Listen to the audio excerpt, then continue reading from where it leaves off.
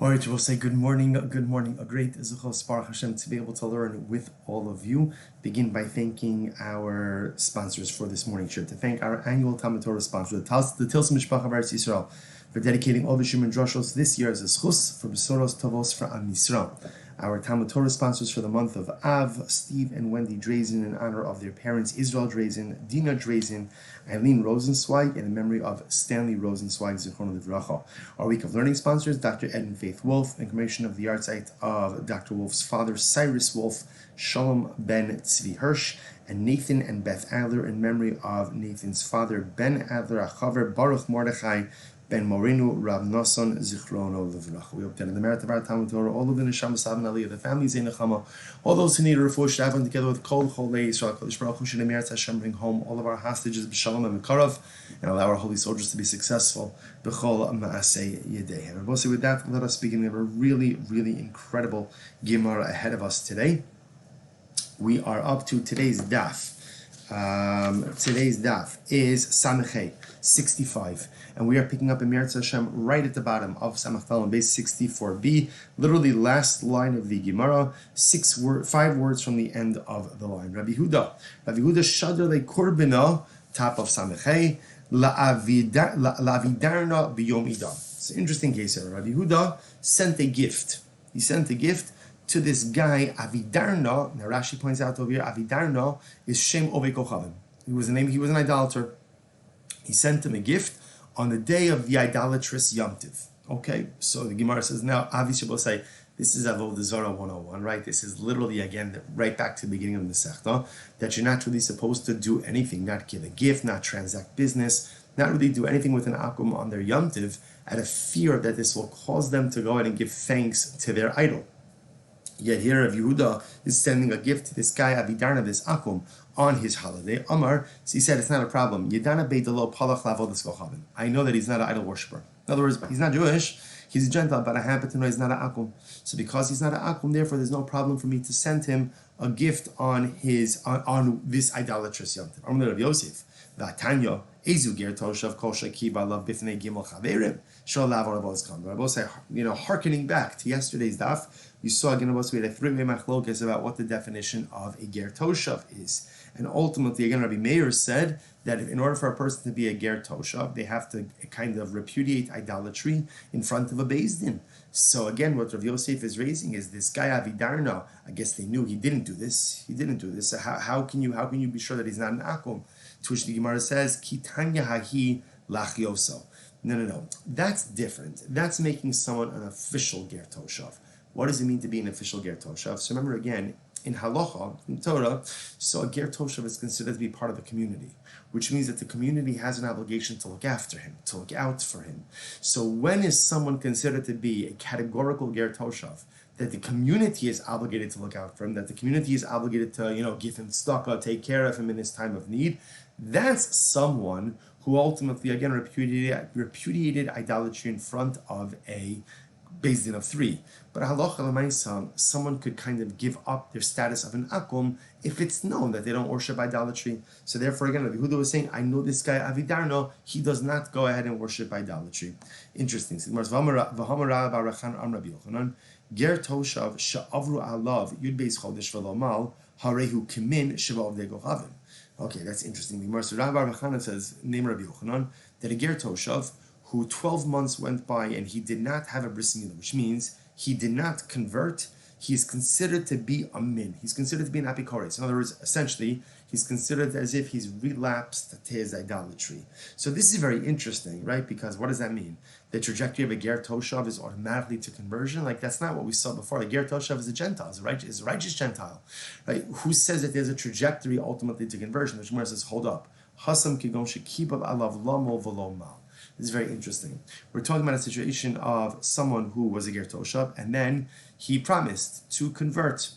If he does not come through on that promise within a year, he's not doing it. And if he's not doing it, the chances are that he relapsed to his previous idolatrous ways. So we'll say, first of all, just a really profound Musar Haskell, that if you commit to do something and you don't do it, this happens to us all the time, right? I say I'm going to do something, I don't do it. And I could come up with all the excuses in the world as to why it didn't get done. Bottom line, if it doesn't get done, chances are the proper ratzon, the proper will was not there. When we don't make good on the promises we make to ourselves and the promises we make to others, sometimes there are extenuating circumstances, but more often than not, it is my resolve that is lacking. So if the Ger Toshav says, I'm going to convert, and he doesn't come through within 12 months, again, leaving out circumstances beyond his control, chances are he's not committed. And if he's not committed, chances are that he's relapsing to his previous idolatrous ways. Incredible. So therefore, halacha l'maisa, what you see over here is that Rabbi Yehuda was able to send this Avidarna a gift, even on the idolatrous Yom Tiv, because he knew that this guy Avidarna was not a practicing idolater. He had given up idolatry. Okay, next story. Rava amtile korbana lebar shishach. So another story. Rava gave a gift to this guy Bar Shishach. Bar Shishach is also an akum. Now again, the Gemara says Yomi done, and he sent this to them on the Yom Tiv. How can you send a gift to an akum on their Yom Tiv? So Rabbi said, I know Bar Shishach, he doesn't worship idolatry. So because he doesn't worship idolatry, it's not a problem for me to go ahead and give him a gift on his Yom Tiv. Okay, so we'll say incredible. So that seems to be the same thing as the previous story, but listen to how this story unfolds. Azol ashkeche di Yosef at Savare bevarda v'kaimin zonos arumos kame. So listen to this. Rava then went to pay a visit to Bar Shishach. And what did he find him? He found him covered up to his neck in rose petals with unclothed harlots standing all around him. Okay? So the Gemara says, Amrlei. So Rava walks in. He sees all of this going on. And Bar Shishach says to him, Amrlei, Islechu ki agavna la'alma da'asim. So listen to this. Bar Shishach says, he says to Rava, he says, Rava, I know you Jews have a world to come. Do you have anything like this? And again, covered up to his neck in rose petals, surrounded by unclothed harlots, all the physical pleasure that one could possibly want in this world. Do you have anything like this? He says to Rava. So Rava says, actually, what we have is even better than what you have. What does this mean? So Bar Shishach said, come on. Nothing gets better than this. What could be better than this? Covered up to the neck in rose petals, the unclothed harlots all around. What pleasure could possibly surpass this? Amrlei, asun ikalaychu imsa demachusa. It says, because Bar Shishach, as much as you're enjoying all this pleasure, you still live with fear of the king. Anon lo tehavi alon imsa demachusa. We, in the world to come, do not have fear of the king. They're both saying, now this is very interesting. This is very interesting. So, what does this mean? So it could very well be that what Rav is saying to Bar Shishach is like this. In this world, every person is in fear of someone. Right? So even Bar Shishach, you're powerful, you're rich, you have all this stuff. You live in fear of the king. We Jews live in fear of the king. In the world to come, we don't have to fear anyone. We don't have to fear anyone. But I think that's I think Pashup Pshat. But I think on a deeper level, I think what Rav is also highlighting is that in Olam Haba, maybe there's not Yiras Hashem, there's only Avas Hashem. In this world, there's a concept of fear or a concept of reverence. So some people revere and fear other people. Some people revere and fear HaKadosh Baruch Hu. The Yira is an emotion that is very much intertwined with an ambiguity. In other words, I fear things that I don't fully understand. And I even revere things, right? When something is just beyond my comprehension, there's a reverence. What's the beauty of Olam Haba? The beauty of Olam Haba is that there's clarity. The beauty of the world to come is that there's explicit clarity. There's no ambiguity. Everything makes sense. Everything is understood. So perhaps in Olam Haba, in the world to come, there's no Yiras Hashem. There's only Avas Hashem. There's only love. There's only love in Olam Haba. There's love between the neshamas and there's love between us and HaKadosh Baruch Hu. Yira is a function of this world. But Ava, ultimately, again, so he says to Bar Shishach, with all these pleasures that you have, there are things that you fear. There are things that you fear. In our world to come, in our Olam Haba, there's no Yira. There's only Ava. So he says, listen to this. Amarle anameha ma'im sedamachusi ikalai. So Bar Shishach says, come on, I'm not afraid of the king. What do I have to fear from the king? So as they're talking, Adi Yosvi Asahu Pristaka de Malka. Amrale kum dikabai lechamalka. So as they're talking, a messenger from the king comes into Bar Shishach and says, Bar Shishach, the king wants you. King wants you. So Bar Shishach's got to leave his rose petals and harlots and ultimately, again, go and see the king. Obviously, highlighting the truthfulness of Rava's words. Kinofik fa'ozil. So as he's leaving, so obviously Bar Shishach was incredibly impressed by Rava. Incredibly impressed by Rava. Because literally, Rava almost like delivered a prophetic message. Amrale, Eina debai lemechse lechu bishusa tipaka.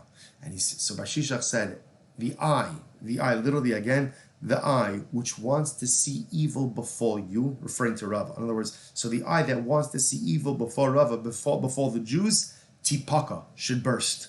Amrale Rava, amen. Rava said, amen. And what happened? Paka ina de Bar Shishach. Bar Shishach's eye popped out, or exploded, popped out of its socket. So I will say, so what is this? What is this? Bar Shishach and Rava, they're having such a nice conversation.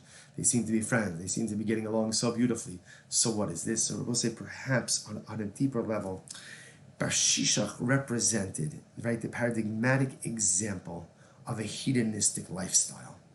A life that is just all about the consumption of pleasure. All about the experience of pleasure, right? The rose petals, the harlots represent, again, just all the vices and all the desires and all the lusts that one could simply indulge in this world. See, he says to Rava, come on, nothing gets better than this. And Rava says, there is something that's better than this. And he goes on to explain it. And I think deep down, Bar Shishach is like, I hate you. I hate you. I hate you, Rava. Why do I hate you, Rava? Because if you're right, then I'm wrong. And if I'm wrong, then so much of my life has been an exercise in futility. Then I've been spending so much time trying to find fulfillment in all the wrong ways. And deep down, Bar Shishach harbors this resentment towards Rava. We can't both be right. We can't both be right. So if you're right, then I'm wrong. And if I'm wrong, what does that say about my life? And therefore, perhaps Bar Shishach harbored this tremendous sense of resentment and hostility towards Rava, so that he was the eye who looked disparagingly upon Rava, not even realizing it. Right? Sometimes there are so many things that swirl around our subconscious, but at the end of the day, we don't even fully recognize what it is that's happening on the inside. And I will say there's just a profound Musar Haskell in this, that sometimes we have this experience, which is we see something in life, or we see someone living a certain way, and I know deep down that it's right. But the problem just is, it's at odds with the way I'm living. It's at odds with the way I'm conducting my life, but I'm not ready to change. So often what ends up happening, we lash out, we disparage, we put down, not really because I think you're wrong, but fakir, just the opposite. I think you're so right. But if you're so right, then I'm so wrong. And if I'm so wrong, what does that say about me? And what does that say about my lifestyle? What does that say about who and what I really am? That's why you see, by the way, if you notice, people who are comfortable with themselves do not feel the need to disparage others. People who are confident in the lives and the lifestyles that they are living are totally good when people don't agree with them and people don't fall in line with them. Like, okay, do what you want to do. I'm absolutely assured and confident in who I am and what I am and how I'm living my life. It's often people who are insecure with who they are, what they are, and how they are living that feel the need to lash out at others who are not like them, and feel the need ultimately, again, to disparage the lifestyles or the values which they feel don't align with their own. Secure people get along with everyone. Insecure people ultimately, again, get along with almost no one. Deep down, Bar Shishach had this tremendous insecurity. Might not even been consciously aware of it. But ultimately, again, when he leveled this curse, he didn't even realize how it boomeranged back on himself. Incredible. Amar Papi. Papi said, no, the story's not over. Papi says, Rava should have answered Bar Shishach from the following pasuk, quoting over from the pasuk in Tehillim. Benos melochem bikurosecha, Nitzvah shagal leminecha bekesem ofir. So interesting, the Gemara's understanding over here that literally again, the daughters of the queen will keep your company. The queen herself will be adorned with gold by your side. So this is also a reference ultimately again to Olam Haba. Now the contrast is Bar Shishach is surrounding himself with harlots, right? But at the end of the day, in Olam Haba, we're surrounded by grandeur. We're surrounded by royalty. Obviously, it's not literal because Olam Haba is not physical. But what it means is all the pleasures that man seeks in this world, whatever we can have in the world to come, is on so much of a higher level. Rav Nachman said, no, Rav should have answered Bar Shishach from the following pasuk. He should have said, Ayin lo ras Elohim zulasecha, yasan lemechak. So we'll say this is quite beautiful. We actually quoted this Gemara a number of times in the Masechah Sanhedrin when the Gemara was talking about the profundity of Olam Haba. So literally again, so the eye has not seen what the world to come is, except for you, HaKadosh Baruch Hu, and no one has seen ultimately what you will do lemechake lo, for those who wait for HaKadosh Baruch Hu. For those who are willing to wait, ultimately, again, they will see the incredible bracha. And I will say, another just beautiful and true. So again, obviously, this pasuk, so they're saying, Rav, why did you say it's Bar Shishach? You think you have it great over here with your rose petals and your harlots? Oh, Olam Haba, no one's ever seen it. No one's ever seen it. And we can't even begin to comprehend what HaKadosh Baruch Hu ultimately is going to give those who ultimately wait for him. The profundity of this ultimately is, bracha comes for those who are willing to wait for HaKadosh Baruch Hu. You know, I'll say it's interesting. I've often thought about this. I think when it comes to ourselves, it is important to be a little bit impatient. You should be impatient with yourself because sometimes a little bit of personalistic impatience is good. It goes ahead and pushes me, right? It stirs me to act. It stirs me to do. I'm not content where I am. I'm not content with what I'm doing. I need to do more. I need to be more. It's good to be impatient with yourself, but you have to be patient with the Ribono Shel Olam. Because ultimately, again, HaKadosh Baruch Hu's plan often takes time to unfold. And if you're impatient with God, you're going to miss out on all the beautiful bracha. But if mechakelo, if you're willing to wait, if you're willing to be patient, then sometimes that patience has to span generations. And sometimes that patience has to span thousands of years. But one thing is clear. If you're patient with the Ribono Shel Olam, you will absolutely come to see the beautiful bracha in life. Incredible. All right, let's go back there. It says, supposed to go back to the Mishnah. Remember again, the Mishnah made the following distinction. Distinction between if, let's say, the Akum hires me to move Yayin Nesach, so halacha l'maisa, those wages are asur. But if the Akum hires me to do something else, to just, rearrange his garage, and in the course of that work, he asked me to arrange, to transport some barrels, ultimately the wage is mutter. Okay, so now the Gemara questions this. Now here's what's interesting. From the Mishnah, it makes it sound like it doesn't make any difference when the Akum is asking me to do this. Now, what's saying is interesting. Now we're assuming we're dealing with a day laborer. So a day laborer, his work ends at night. So in other words, I understand the following case. If you were to tell me, let's say Akum hired me for $100 a day. Fine. So now again, the day's over, and as the day's over, he's asking me to move some Yayin Nesach barrels. Okay, so it's fine, I could do it. Why? Because I earned my wage anyway. But from the Mishnah, it makes it sound like even if he asked me to do this over the course of the workday, that I'm still allowed to keep the wage. The Gemara says, is that true? Or many? If an Akum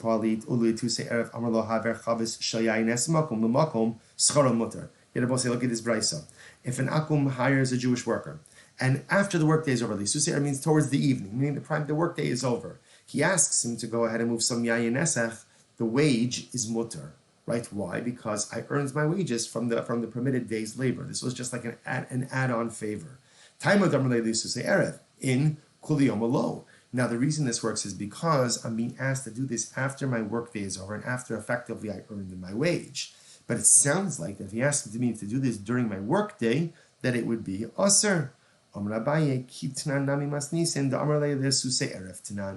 Abai says, you're right, you're correct. That the Mishnah's case ultimately, again, is where the Akum is asking me to move the Yayin Nesach when? At the end of the day. So I earned my wage already from the regular day's labor, and then at the end of the day, now he's asking me to move some barrels. Rava says, no, lo kasha. Hada amrle ha'avir li mea chavios b'mea prudos. Hadda Amr li haver li chavis bepruta. So Rabbi said this is very interesting. Rabbi says here's the distinction.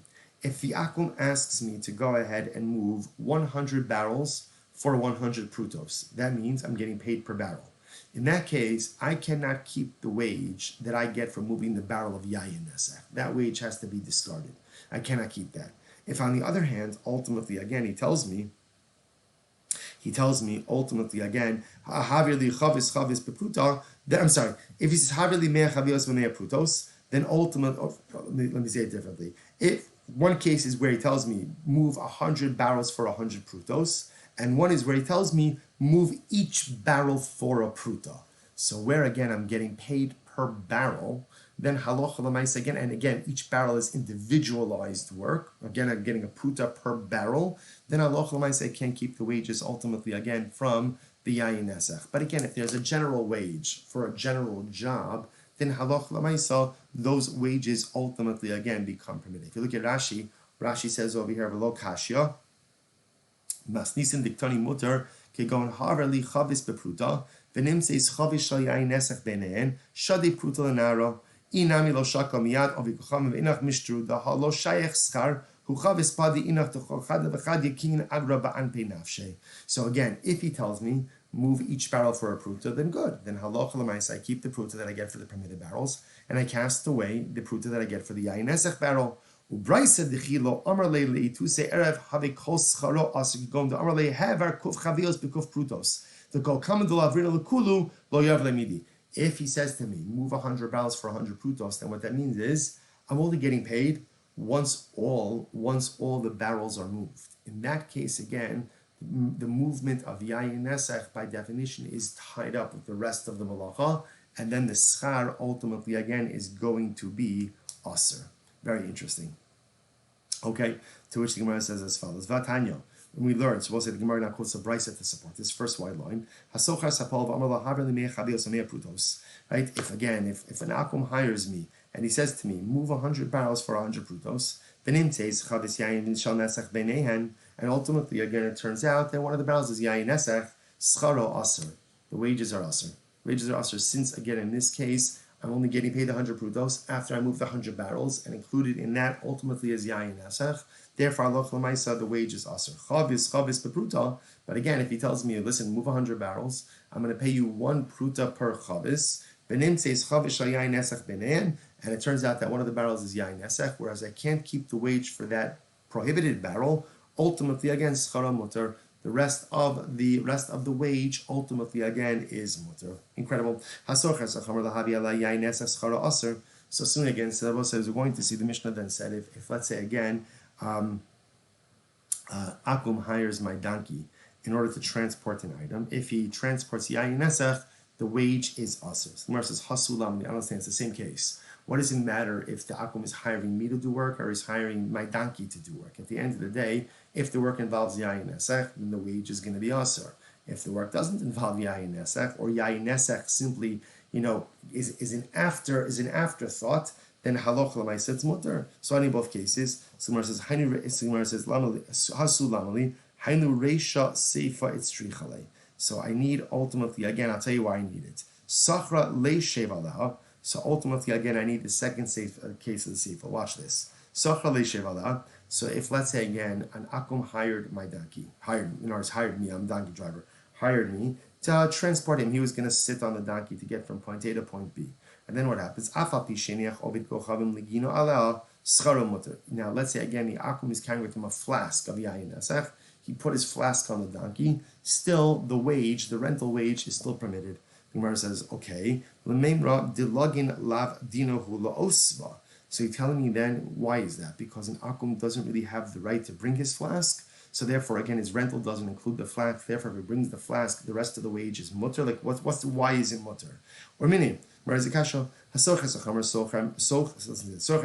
very interesting. These are the halachos of donkey rentals.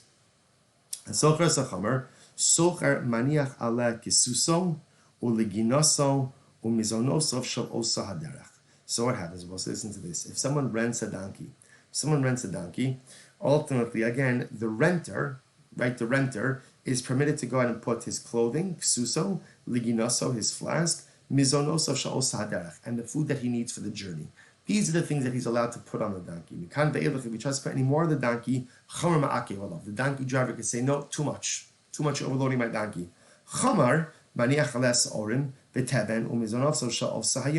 The donkey driver himself has the ability to put on his donkey barley, right, straw, and ultimately, again, the food that he needs for that day.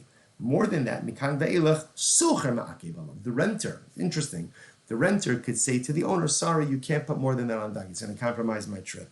Amar Abaye, Nehi Delok, so the Gemara says, what do you see from here? You see from here that, again, a flask is included in what a renter is allowed to put on the donkey. So what's the pshat? Amar Abaye, Nehi Delok Indinuhu Lo Asuve. So again, you're right.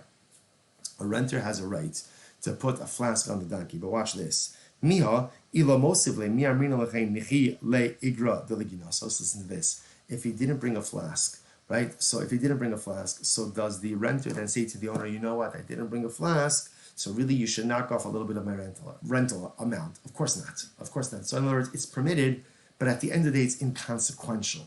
So because it's inconsequential, if the akum rents my donkey, I'm this donkey driver, and he puts his flask of yayin nesef on there, that's inconsequential vis-a-vis the rest of the rental, and therefore the rental fee is permitted. So Gemara says, 1 second. Gemara just go back and asks on this brisa, hey Chidami, what's the case? If ultimately, again, now the brisa said that the renter is permitted to put all the food he needs for the journey on the donkey. So what's the case? If there's food readily available along the journey, then ultimately, again, why should the renter be able to bring all of his food? The donkey driver should say, take what you need for the day or for the first leg of the trip, and we'll get more food on the way. And if there's no food readily available, then the renter shouldn't be able to stop the donkey driver from putting on more than just what he needs for that day. This is very interesting. What's the case? The case is where halacha l'maisa, you're able to get food from one leg of the journey to the next, but it's a tircha, it's a to-do. It's a to-do. Chamar, the darchi the mitrach l'mizban. Socher, la darchi the mitrach l'mizban. It's very simple. Donkey driver that's part of his job, right? To go through the trouble, to go through the difficulty of getting food and getting provisions at every step of the journey. The renter, that's not the expectation of the renter. Therefore, the renter is permitted to take all the food he needs for the entire journey and put it on the donkey. But ultimately, again, the donkey driver himself is only permitted to put the amount of food that he needs to get him from one leg of the journey to the next leg of the journey where food is readily available again. Avod Rav Acha b'rei Rav Ika, the father of Rav Acha, the son of Rav Ika. Okay, Shabbos, this is actually an interesting formulation, right? The father of Rav Acha, the son of Rav Ika, is Rav Ika. Okay, so Rav Ika, Amud Beis, Hava Shafech Luhu Chamar La'ovdei Kochav. This is an interesting case. He was pouring wine for Ovdei Kochav. Now, what does this mean? Take a look at Rashi. First Rashi on 65b. Hu hayamocher lehem yayin. So ultimately, Rav Ika was a wine salesman. Now, he was selling, again, this was his wine. See, he's selling wine to the Akum. So normally, again, when you sold wine, you would also sell the barrels along with the wine. Okay. Ika golfi v'shad yishal kech mochro b'chanos mistaker bahen levad mashu mistaker bahen. Rav Ika hava shafech luhu migolfi shalakchu mimenu v'yoev beziki dido. So what happens? This is very interesting. So Rav Ika, the arrangement he had is he would keep the barrels. So what he would do is he would go ahead and take his wine, pour it from his barrels into the akum's wine skin. Okay. So the Gemara have a shavalu chamel of the kochavim va'azal ma'avruhu mavra v'yoiv le gulfe be'igra. So ultimately, again, then based on the way we're reading it now, is he would take the wine across the river, give it to them, and ultimately, again, he would keep the barrels as part of his wage. Okay, that was it. Poured into their wineskins, transport it, and he would get to keep the barrels. Also, Amar le Abaye. So they came and they told Abaye about this practice of Rav Ika. Amar le ki katarach be'atera katarach. What's the problem? Now, we'll say, now the pashtos, what the problem is remember, once that wine is poured into the wineskins of the akum, it becomes, we want to call it whatever, stam yenam, yayin nesach. So they were bothered by this because isn't ultimately, again, Rav Ika, he wants the continued existence ultimately, again, of this yayin nesach, because it's got to get across the river as well. So Tuch Abaye says it's not a problem, because when Rav Ika is dealing with it, ultimately, again, it's still mutter.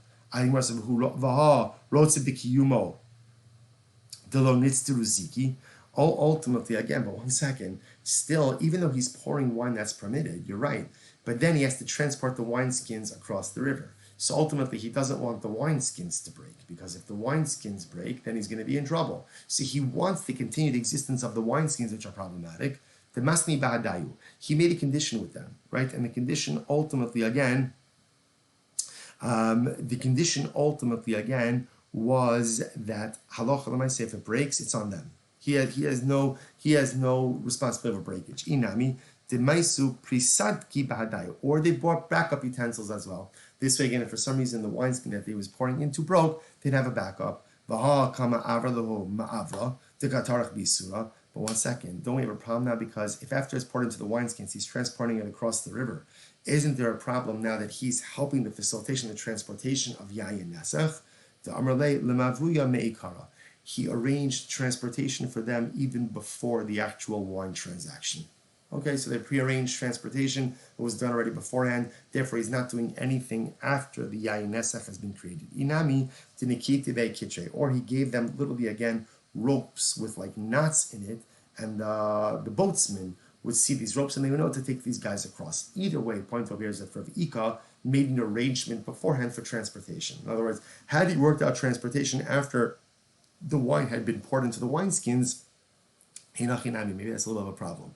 But essentially, he arranged it beforehand either by working out with the boatsmen or by giving them like a knotted rope, which I guess symbolized maybe a paid wage, a paid fare, and therefore they were able to get on the boat just with that. Rav Ika did not have to be involved with that at all. Okay, very interesting. Very interesting. Fine. Good. All right. There's more. A lot of good Rashis on that also, but we'll go back to. Says the Mishnah. Yayin nesach shenaf al gabi avonim. Agabi anovim yadichin. So what's the interesting case over here? What happens if yayin nesach spills on grapes? Spills on grapes. So what's that halacha? Yadichin, just wash them off. Vehin mutaros, and the grapes are mutar. Vim hayim avukos, but if the grapes had cracks, so we have to be concerned that maybe some of the wine got into the crevices. Asuros. Ultimately, again, it's going to be asur. Nafal agabe te'inim or agabe timarim. So ultimately, if the yayin nesach fell on figs or on dates, im yesh bahen benosein tam asur.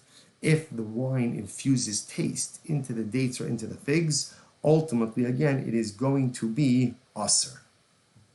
Okay, so the Gemara says, "Umaiseb bebaitos benzunin." One time, have bebaitos benzunin. Shevi grogros besina. He was being grogos. Now Rashi points out that here grogos are dried figs. And what happened? And on the boat there was a barrel of yayin nesach. The barrel broke open, and it poured on the dried figs. They asked the Chachamim, and the Chacham said that the figs are mutter. So the Gemara says, "Zak, this is the rule. Anytime the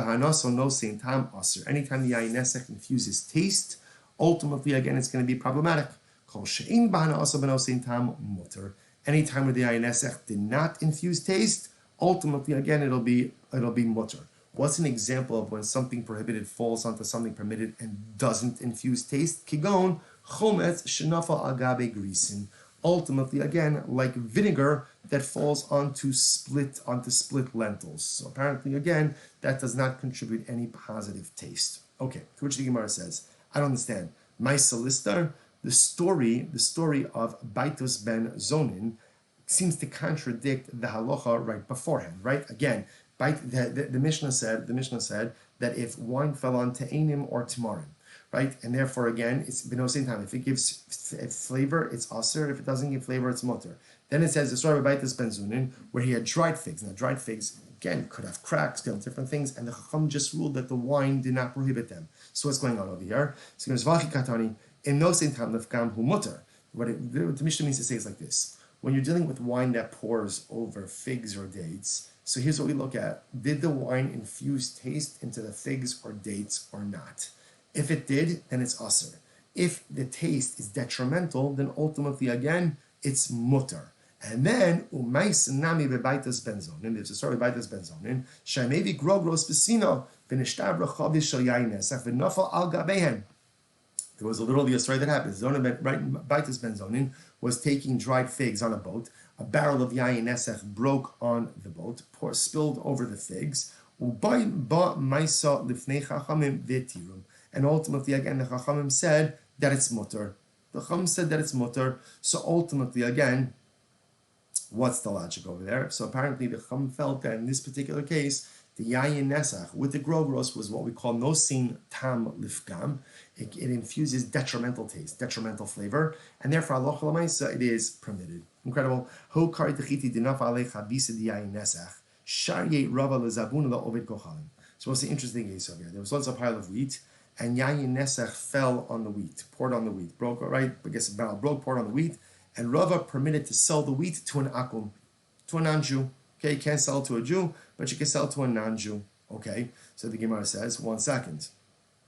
So Rabbi Bar Levi raised the Shaila, so listen to this. If you have this is very interesting, you have an article of clothing, and let's say it's a linen clothing, and there was one wool of thread, and you lost track where the wool of thread was in the garment. So essentially the garment is shatnez. So what's the halacha? In other words, you're concerned that the garment is shatnez. So we'll say, so what's the halacha? The halacha is like this. Right, you don't know where the wool thread is. So the Gemara says you're not allowed to sell that to an oved kochavim. Can't sell it to an akum. Now, why can't you sell it to an akum? Rashi says, what are we concerned about? That you're going to sell it to an akum, and the akum is going to turn around and sell it to a Jew. Not with any malicious intent, but he's going to resell it. The Gemara says, now I jumped ahead, you can't use that as a saddle for your donkey, because sitting on it would also be benefiting from shatnez. But you can use it for burial shrouds for a mace mitzvah.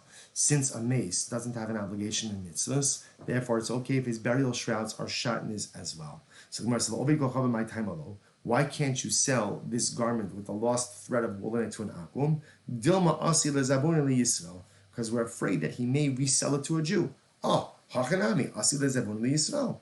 Ultimately, again, shouldn't we be concerned over here? The same thing, if you have this pile of wheat and the yayin nesach spilled on it, how can you sell it to an akum? Don't you have to be concerned that ultimately he's going to sell it to a Jew? Hadar shara lemitchinu ulemfaninu ulezabun leovdei kochavim shelo bifnei Yisrael. Ultimately, again, afterwards, Rava retracted, and